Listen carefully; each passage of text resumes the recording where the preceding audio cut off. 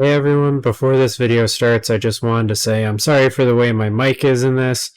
I have a sneaking suspicion my microphone is getting old and just not picking up audio quality as well as it used to. I tried to fix it as best I could for the video, but it's still scuffed, and I apologize.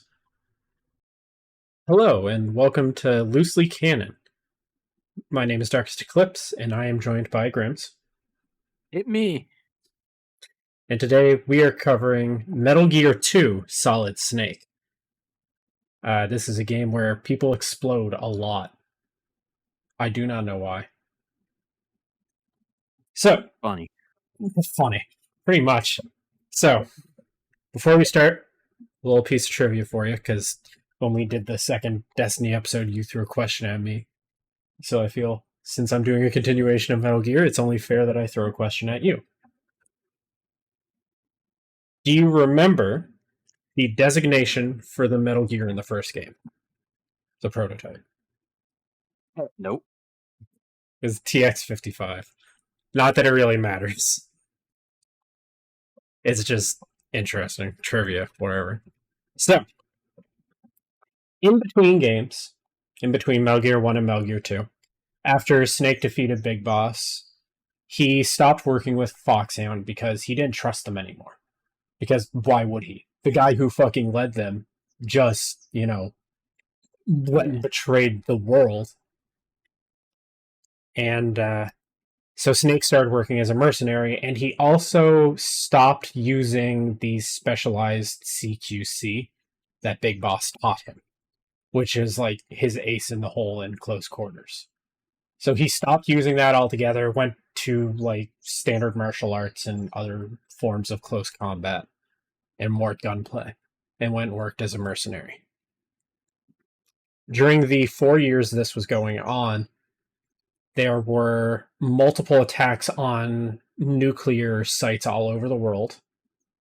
Well, all over the world. Across Northern Africa, pretty much. Where survivors... It's for more Metal Gear games than not, it's Africa. Which is weird. The first game, the second game, I think a part of Metal Gear Rising and most of Metal Gear Solid 5 take place in Africa. That's a good chunk of the games. Anyway, witnesses who survived these incidents, these attacks on these nuclear sites, described what attacked as a walking tank. Which is not good. We destroyed the prototype. What the fuck? So, Foxhound is reinstated.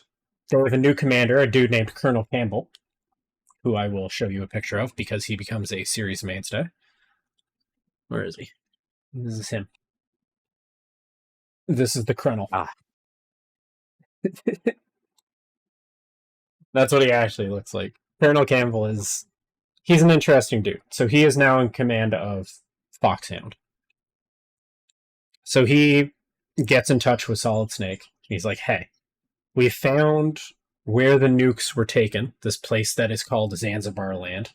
I don't know why the fuck they called it that. It's in a place called Zanzibar, and they called Zanzibar land. That's a fun Halo map. That's a very fun Halo map, right? It's like, what the fuck? So, Colonel Campbell tells Snake, he gives him the gist, he's like, look, there was this dude, there was this other scientist who was also kidnapped, named Keo Marv. He was working on some new fuel source, and we believe that, as well as stealing all of these nuclear materials, they have taken him into captivity to try and create this kind of super fuel. So our mission is to go in and rescue Keo Marv. That's all we got. But Snake has some new moves, because he was taught by a guy named Master Miller. And I would put up a picture of him, but they completely changed his design between this game and the next game. And the one they use in the next game is the one that sticks. Which is hilarious for its own reason. And also in this game... Yeah, goddamn Kojima. But also in this game, anytime you call him, he basically does the, the tips games used to have, where it's like, oh, don't drink too much soda, or take a break sometimes. That's all you'll ever get out of the survival expert who taught Snake all these new tricks in Metal Gear 2.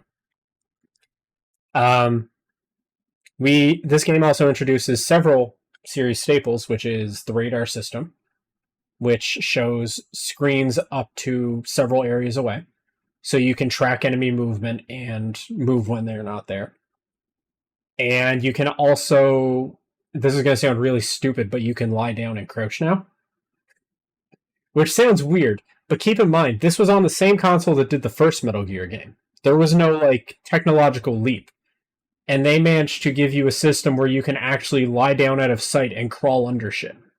Well, I mean, that's like Halo. You weren't able to sprint till Reach. That is true, but I feel like that was more of a gameplay thing. And even in Reach, they were, like, very limiting with it. And then Reach is like, wait, we can sprint in the past, but we can't sprint afterwards? And then it's just like, fuck it, he can run now. And oddly enough, although Halo 5 is not my favorite Halo game, I think it does the sprinting the best, where you kind of start moving and then you kind of hit that cap of speed, and then you get to use the thruster pack and fuck around. I still think that is like my favorite way to do sprinting in the Halo games. Fuck Infinite, where it's barely faster than speed. Fuck that shit. Anyway, we get that new system.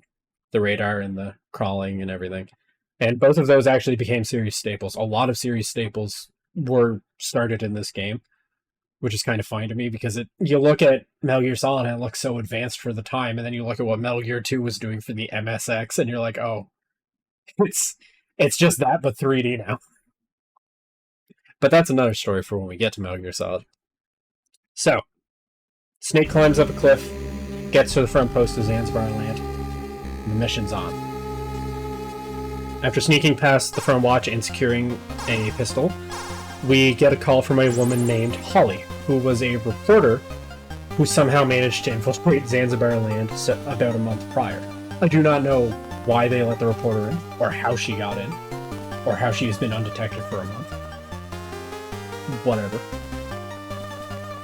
And after creeping around the main bay after getting into the first building, we do end up getting to the second floor, finding a level 1 keycard and a set of binoculars. The keycard system from the first game is back in this one, but it's kind of better because you can eventually get 3 master keycards. So instead of fiddling through your pockets trying to figure out which of the 8 keycards open any door, because later on it's like, oh yeah, this door here, that's keycard 5. But the one next to it, that's keycard 2. For no fucking reason. You can get 3 master keycards, which basically do the job of, like, the 3 in their tier. So you get one for 1 through 3, one for 4, 5, and 6, and one for 7, 8, and 9. Numbers, they're hard. If you head to the basement, you can find IR goggles, and heading to floor 3 reveals IR sensors, as well as the tracker for where Dr. Keo Marv is, because he had where he was an important person, Foxhound put a tracker with him in one of his teeth, so they could find him, should he go missing. So he's on the 3rd floor. And after reaching him, he calls us a fool, which is not the kind of welcome you want from someone you are trying to fucking rescue. Find him and he's like, "You fool, Foxhound, so behind the times." It's not Keo Marv, it's a fake. They're doing the whole fake scientist bit again. And he's a dude. Oh boy. He's an agent from Zanzibar land named Black Ninja, who challenges us to a fight, and he will teleport around the room and throw shurikens at us. But you know what's really cool about shurikens is they do not beat a Beretta. They just shoot him, and he fucking falls.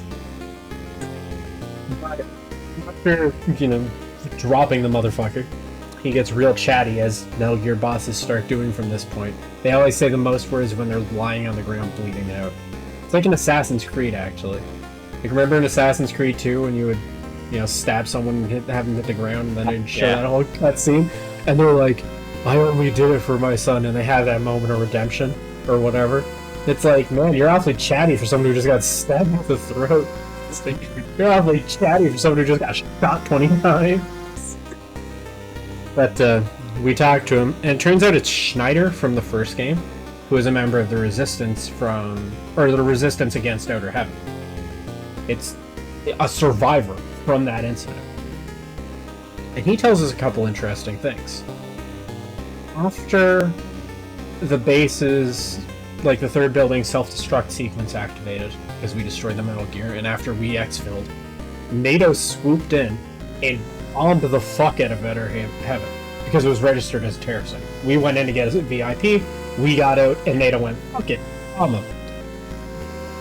And throughout that wreckage, the reason Schneider is now working for quote-unquote the enemy is because in the wreckage, in the burning, someone rescued him. And they worked for Zanzibar Land. So he ended up working for Zanzibar Land. And he says, while the rest of the world forgot about us, someone else showed up and gave us a new hope. And then Schneider tells us how to find the real Dr. Marv, and then he explodes. So we gotta find a specific soldier who is wandering around in that first building, who is wearing a green beret, and that's his distinction. And after following him, who, by the way, is way too paranoid, because he turns around every 5 seconds. While, after following him through the woods and then killing him because he led me on pretty much a goose chase through 3 maps over and over, we head into a building and there's an anti-piracy measure, because games used to have those, where you have to solve a tap code and then the tap code's in the manual. Guess what? I don't have the manual. I had to Google that shit. Fucking awesome. And we get a radio signal, and on the other end of the radio is Dr. Madnar. Not Dr. Marv, Dr. Madnar from the first game. And Madnar tells... that name sounded familiar. Yeah, he was the dude who built the Metal Gear in the first game, and now he's here, in Zanzibar Land. I'm sure that's fine. I'm sure they didn't want him for any specific reason. And he tells us that he knew Dr. Marv, and that Dr. Marv was recently moved north, which was the whole thing about Madnar in the first game, was you would get to where he was, and they were like, nah, he got moved. Go fucking find him. So Dr. Marv got moved north. And Madnar tells us something else. Or actually, Snake says it, because Snake is a lot more chatty in this game, too. This is where they actually give him a personality. And a very dumbass moment, which I'll get to later. But Snake says, wait, if you're here, then that means that the rumors about there being a new Metal Gear must be true. Because you were the designer of the original, and Madnar does confirm that they... He says that they forced him to build a new Metal Gear unit. Which, I will say the name of it is Metal Gear D. Not the most creative name. I don't know why it's a D, but that's what it is. Because he's nuts. I guess. But, Dr. Madnar also gives us another piece of information. He tells us who the leader of Zanzibar Land is. And it is the man himself, the one who sold the world, Big Boss. He's alive. The person we killed at the end of Metal Gear 1 was a body double, whose name I will not say, because that's for a future video. Jeremy. I don't think he was ever originally named, actually. I think he just kind of got a name, but that's for a future thing. Either way, who we killed was a body double. Big Boss lived and went on to found Zanzibar Land, stole nukes, and built a new Metal Gear. And he's after the new miracle. He's after the new miracle energy source, called Oilix, by the way, because it's based off a type of algae or something. I don't think. Fully know. I spaced out a couple times while writing this. While heading north, we get a call from someone saying that they are our #1 fan, which is a really weird thing for a fucking secret agent to get a call for. Because, you know, their whole thing is to not be spotted, and they're like, I'm your #1 fan. And they tell us that we're in a minefield. And, so it's just kind of a warning to, you know, equip a mine detector. So we equip one, whatever. After going forward and creeping past a couple They're creeping under, rather, a couple trucks to get past some guards. We end up in a small airfield, and there's a Hind D. Wait a minute. What's a Russian gunship doing here? But in order to destroy that, in the first game, the Hind D boss fight was you fired grenades at it. That won't work this time because they figured out that motherfucker can go up. Instead of staying in M203 range, it can go upwards and stay in the sky, which is a little hard to, you know, shoot down with a gun. They're learning. So what we need to do is locate Stinger missiles. And in order to do that, we go to a... Oh, by the way, in the minefield, you can actually, if you lay down and crawl over the mines, you can actually pick them up and disarm them. And then use them for yourself later on for whatever nefarious purposes. I don't know, pest control or something.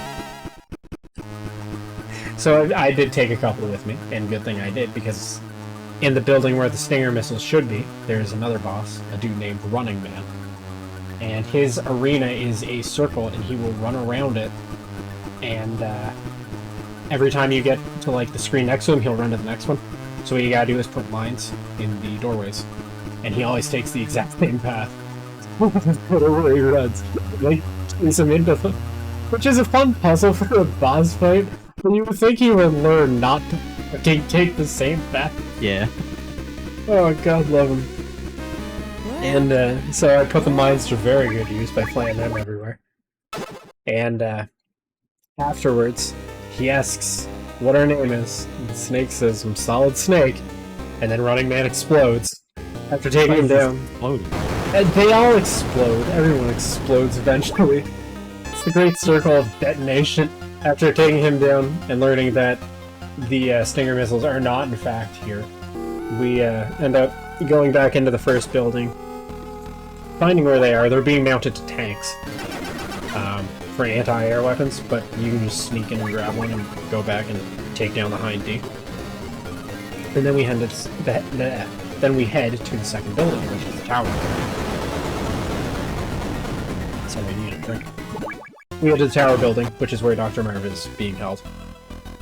And using a cardboard box, we hop onto a conveyor belt and scoot away. And they load us into cargo, and then we get out and fucking wander around in there.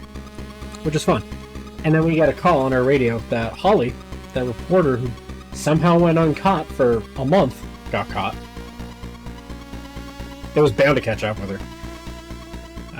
So heading down into the sewers, we managed to find her cell, which is hidden near a pump. And Snake hits on her. I don't have what he said written down, I just have Snake hits on her. And then we have to hunt a pigeon. What? When she was being brought down to the cell, she saw a pigeon fly into an elevator. And that pigeon had a note attached to its leg. So that's pretty much our only lead right now, so we have to find the fucking pigeon. Hey. Solid Snake, pigeon hunter. And getting as close as we can to the roof, there's the next boss, a dude named Red Blaster. Keep in mind, this was like 89 when this game came out in. And it was originally released in Japan, so there's a lot of translations. There's actually one-on-one the main characters in the game too, not just one of the dumb bosses. But I'll get to that one when I get to that one. And his whole shtick is that the entire arena has wires on it, and then he sits on top of the wall and throws grenades down. So what you gotta do is get grenades and throw them back up at him. And this is... Remember how I was telling you that the guide I was following was an idiot? And spoiler alert for people listening to this at home. I do follow a guide for the MSX ones, because they're confusing at times. Most of it I do remember, but some of it is fucking ridiculous. So I did use a guide in a couple places where I just couldn't remember shit. The guide I was following said he could take anywhere from 20 to 25 grenades to take down. And I was like, it's really interesting that he has like this variable health pool. Maybe it's shifted on whatever difficulty you're playing on. I should probably prep for 25 because I'm playing on the higher difficulty. It took me 12. It took me fucking 12. So I think what they did was they just stood there and threw grenades, and one let his iframes disable. Instead of throw grenade and then walk away from his grenade and wait for him to stop and throw another grenade. So whatever, he's on top of the wall, he doesn't have anything fancy to say, he just explodes from the grenades. And then, after luring the pigeon down with one of our ration packs, we get the note, and we can call Dr. Marv. And remember how I said that Snake is kind of an idiot? Yeah. You're gonna notice a theme here, because he kind of does the Leon Kennedy thing, where he's actually canonically super smart. Snake knows like 6 languages, he knows several specialized martial arts, he knows any firearm, he is like the perfect stealth agent. The note is upside down, and that's the puzzle. Is that you read the thing, and you just gotta put the numbers in upside down. And then you get to call Dr. Bear. Like, as bad or worse as Leon being fucking blind. Right? Anyway, now we can call Dr. Merv. But there's a problem with that. And that problem is that he's a Czech scientist. And he only speaks Czech. And that's one of the languages Snake does not know. So, we have to find a woman who is his kind of bodyguard in here. She's the one making sure that he is safe. A woman named Gustava, who is his, she is in disguise as a male soldier. So, in order to find her, we, I can't believe I'm saying this.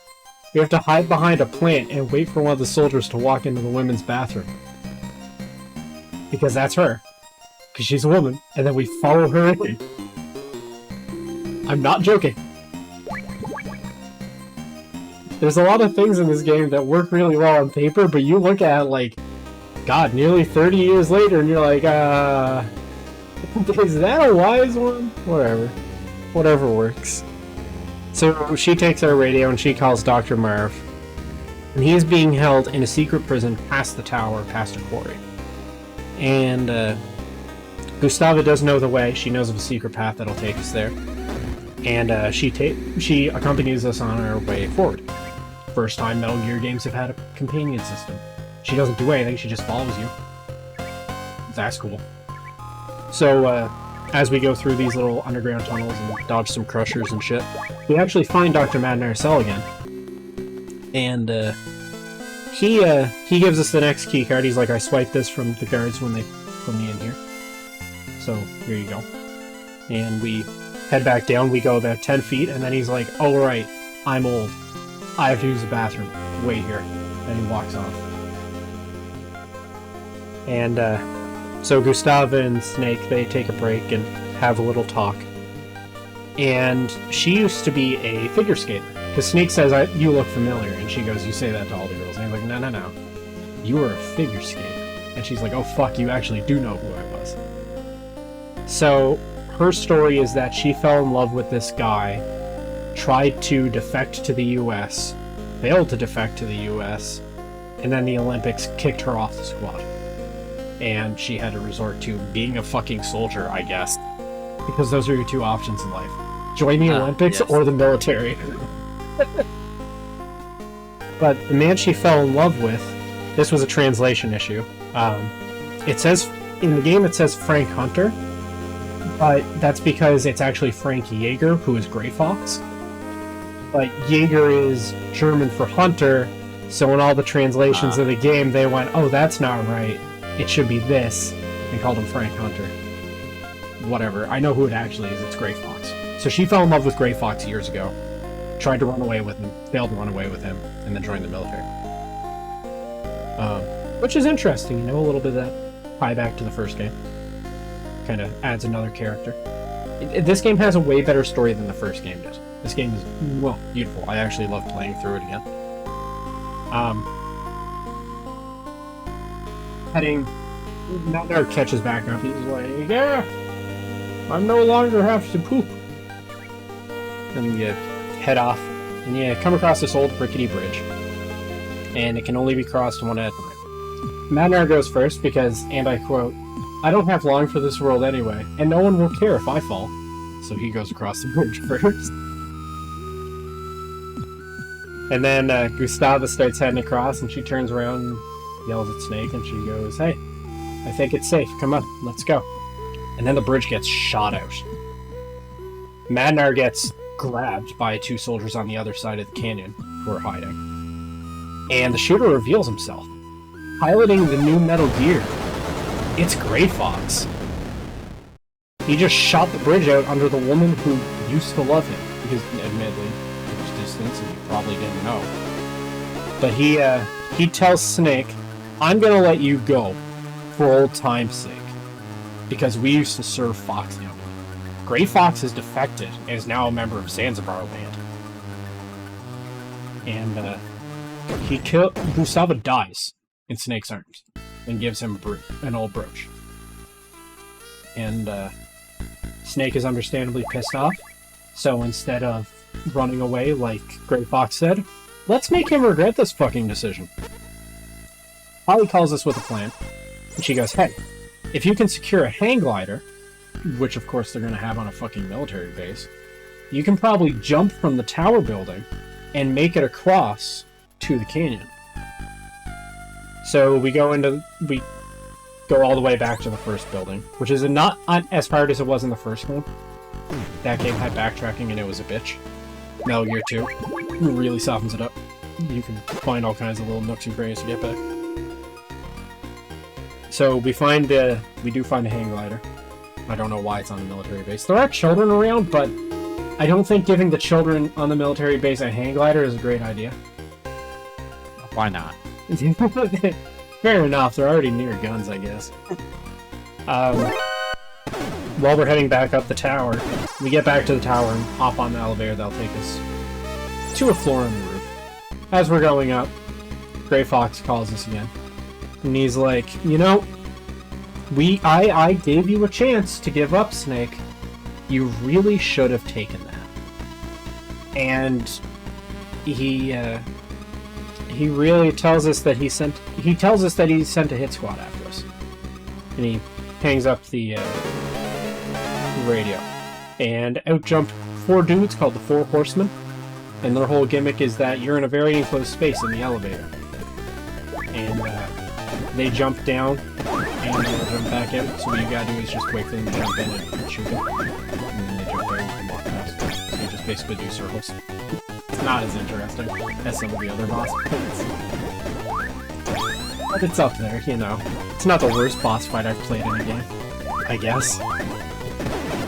After killing them, the elevator falls, which forces us to find another route to the roof. And we do find a way. One of the elevators leads us to the 10th floor, and we can go on a massive gunfight from there on a bunch of railings and catwalks to get up to the 20th floor. And we get a call from our #1 fan again. And they tell us that we're only able to make it across when the wind blows north. That's literally the only shot we got to make it across. And admittedly, the wind will blow south most of the time, but there's a very small point where it'll blow north. And what you're supposed to do is throw gas grenades. Because you throw the gas grenade and it will show which direction the wind's blowing, which is a really cool mechanic. However, I ended up using up all my gas grenades waiting for the fucking wind to switch, and it didn't. So what I ended up doing was just I went to the ledge and tried to jump off and it wouldn't let me. So I just equipped the hang glider and held forward until the wind switched and it let me jump. I was just like, we're gonna go for it, and waited like, I don't know, 30 seconds, and then eventually Snake just went and got across the goddamn cliff. It's so funny. Heading forward, so now we're on the other side of the chasm. We hit the ground. We find a dude named Jungle Evil. I love the names. And you blow him up. I blow him up with grenades. He crawls through the grass and he can't be seen when he's down in the grass. So what you do is you wait for him to pop up, and you can either shoot him or throw grenades at him from cover, which is what I opted to do. Because grenades. He blows up, drops a key card. And after we manage to get through the detention center in the next area, we take a elevator down to the sublevels, and our #1 fan calls us again, and he tells us we have company. And this might be my favorite boss name in the game. A guy named Night Fright is wearing a state-of-the-art stealth suit and using a gun that is virtually silent. His name is Night and Bright. Wonder how he got that name. I don't know. He's a spooky bitch. He's using a gun that is virtually silent and he cannot be seen to the naked eye. What you have to do is lit the 4 rooms in his arena have a different tile on them. So you listen for what tile he's on to know if he's in the room you're in or not. Or you can stand between a set of boxes and just alternate shooting in either direction. Because he'll pop down to try and shoot you and then get shot, take the hit, and run off. And in the next room, we can't go into the main prison cell because we only have up to keycard 8 and we need keycard 9. Keycard 9 is in Jungle Evil's room again because he was in charge of keeping both and he dropped it. I'm not joking. That's the excuse they give for that just small bit of backtracking. So you have to go back to his goddamn arena, find the keycard, and then go back to the cell and head in. And inside, we find Dr. Madner. He got transferred to the same cell, and he's mourning over Dr. Marv's death. Dr. Marv was not able to take the pressure of everything going on, and he passed away in his sleep. And Snake notices an odd bruise on the back of his neck, but that's, maybe it was just during a torture or something. Then we get a call on the radio, and Holly tells us how Dr. Madnar is a double agent, because after we rescued him from Outer Heaven, that's the name I was looking for, and my brain just stopped for a second. After we rescued him from Outer Heaven, he tried to go back into the scientific community with his findings after working on the Metal Gear, and everyone laughed at him. They all said that any of his findings were completely irrelevant. Any, plan he had to improve the project, they're ridiculous. That he shouldn't be focusing on this military thing since he was no longer being held captive. But Zanzibar Land gave him the opportunity. So he went back, of his own free will, kidnapped Dr. Marv, and got to work on the new Metal Gear. He wasn't being forced to build it this time. He did it of his own free will. Which is a terrifying thought. Because before he basically made blueprints based on specifications that were wanted of him, this time he just went, what can I do? And fucking built it. And he then tries to kill us by grabbing and putting Snake in a chokehold. So what I did was I would throw a gas grenade, put on a gas mask, and then walk through a gas grenade. So he would take damage. Which I think is the safest plan in the world when fighting an old man putting you in a chokehold.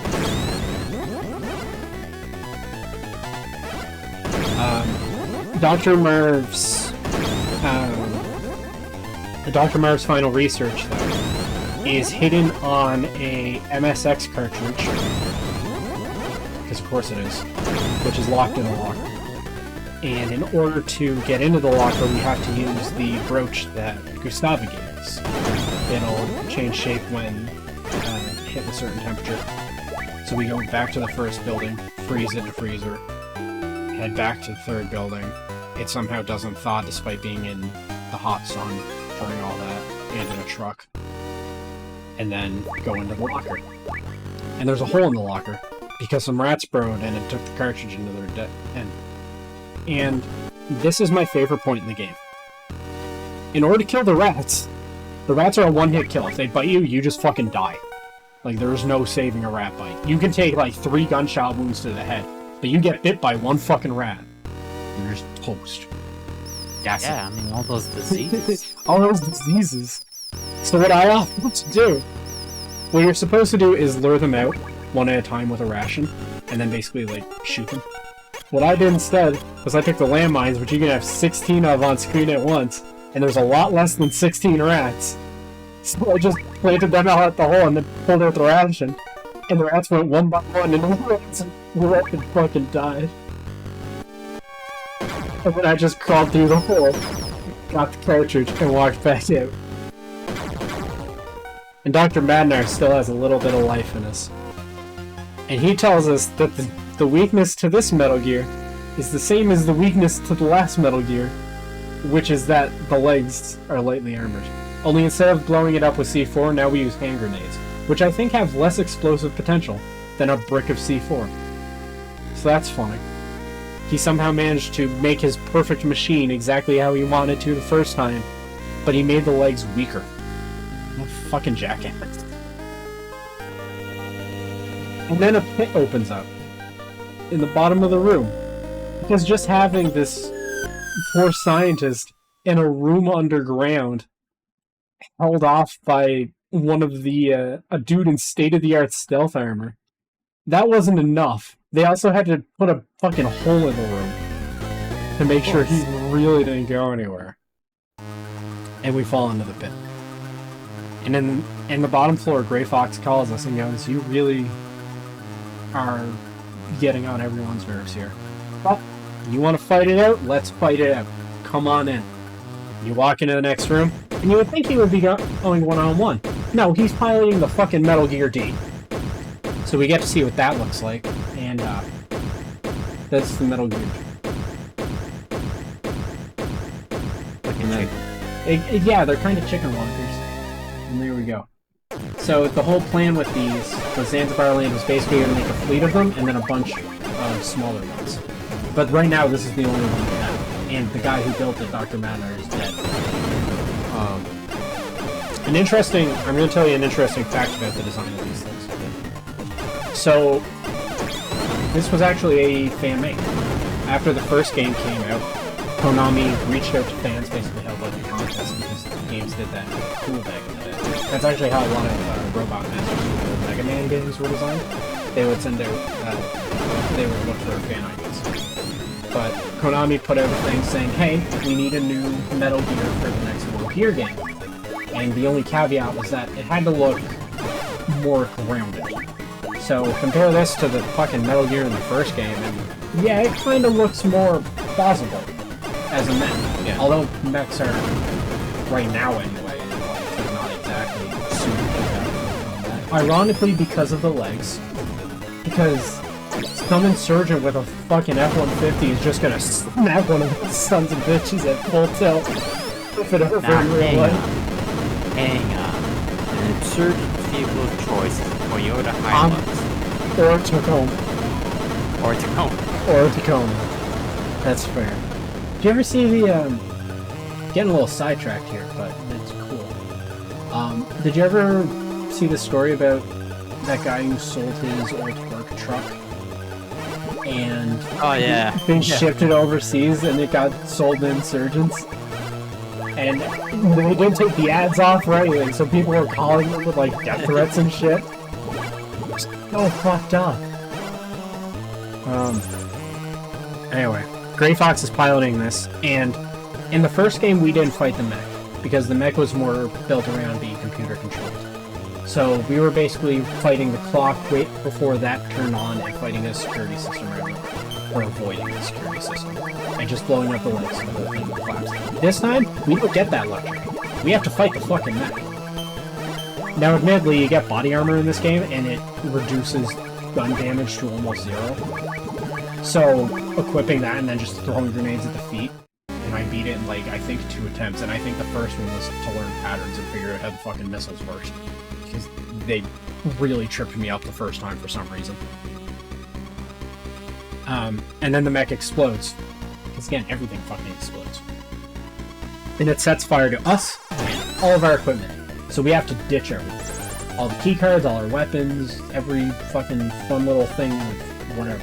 It's all gone. We have nothing except for a radio transmitter. I don't know why that didn't catch on fire. Or the plumes on our back. Or fine. I don't know. It's weird.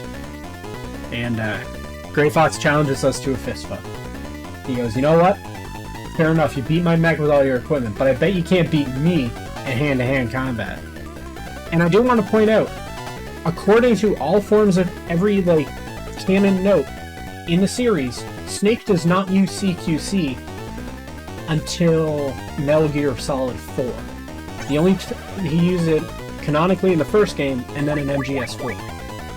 So he beats Grey Fox, someone who was a superior soldier to him in the first game, without using his specialized martial art. He fucking strong. And all that fight is, by the way, is walking around until he walks in a different direction and punching him in the back of the head. Which I think is my favorite fucking thing, because you just wait for him to turn around and you rabbit punch him in the back of the head. It's lovely. Oh, smack.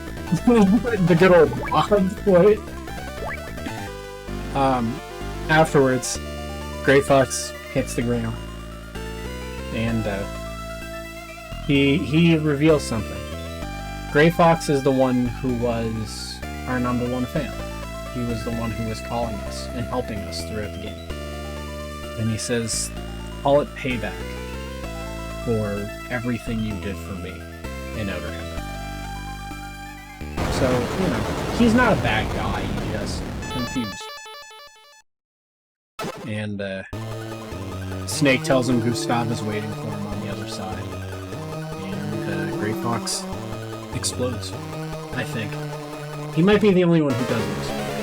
Or no, the next one doesn't explode, but I think Grey Fox does explode. And we get the cartridge off his corpse, the Oilix cartridge.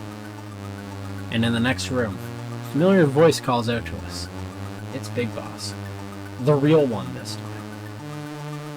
And he tells us that we have no chance at a normal life because we've been a soldier for so long. So he's going to do us a kindness and put us down. And Snake retaliates and says, I'm not taking that. I am going to, you know, put the old chutzpah on you. Big Boss laughs. He's like, how? You have none of your equipment. Any of the stuff you used to get here, you've got nothing. So Snake beats him in the world's greatest way with a Zippo lighter and a can of hairspray. Hell, Set his ass on fire. History's greatest soldier, ladies. After taking him down and heading into the next room, a soldier shows up behind Snake and holds him up. But then they take their mask off and it turns out it's Holly. Fucking bitch. He's like, surprised ya! Snake's like, don't fucking do that! She gives us a gun and accompanies us to the rendezvous. And after a very narrow escape, because the gun ran out of ammo, we got cornered, the helicopter swoops down, takes its men, goes back up, and they get back to Foxy-owned HQ, wherever the hell that is. I don't think it's ever been said where. They get back, and they're looking at the data, and they're trying to figure out, oh, is it the Oilix? And Snake's like, yep, you can see his signature right here on the data. And they go, wow, thanks. So what are we gonna do next, Snake? And Snake just fucking vanishes. He's just gone. And he flees to Alaska to dog sled race. Or something, I don't know. And that's the end. That's the end of Metal Gear 2. wow. Wowza. That is a much better game than the first game. I love it to pieces. I want whatever Kojima is smoking. He's on some stuff. He definitely was back then, and he still will be. He still is. He still is. And what's really weird is this is the last Metal Gear game. Keep in mind, this came out in, I believe, 89. This is the last Metal Gear game that doesn't confuse the fuck out of me at every turn. So look forward to that. And that's going to be it for this episode of Loosely Canon. Next time, Grimz is going to be covering... I'm going to cover my favorite Call of Duty of all time, Black Ops 2. Oh yeah, I love that game. Which ending are you going to cover? I guess we'll find out. Yes. Whichever One one of I them. end up doing. Whichever one happens. Fantastic. Look forward to it, people. See y'all next time. Bye. Bye.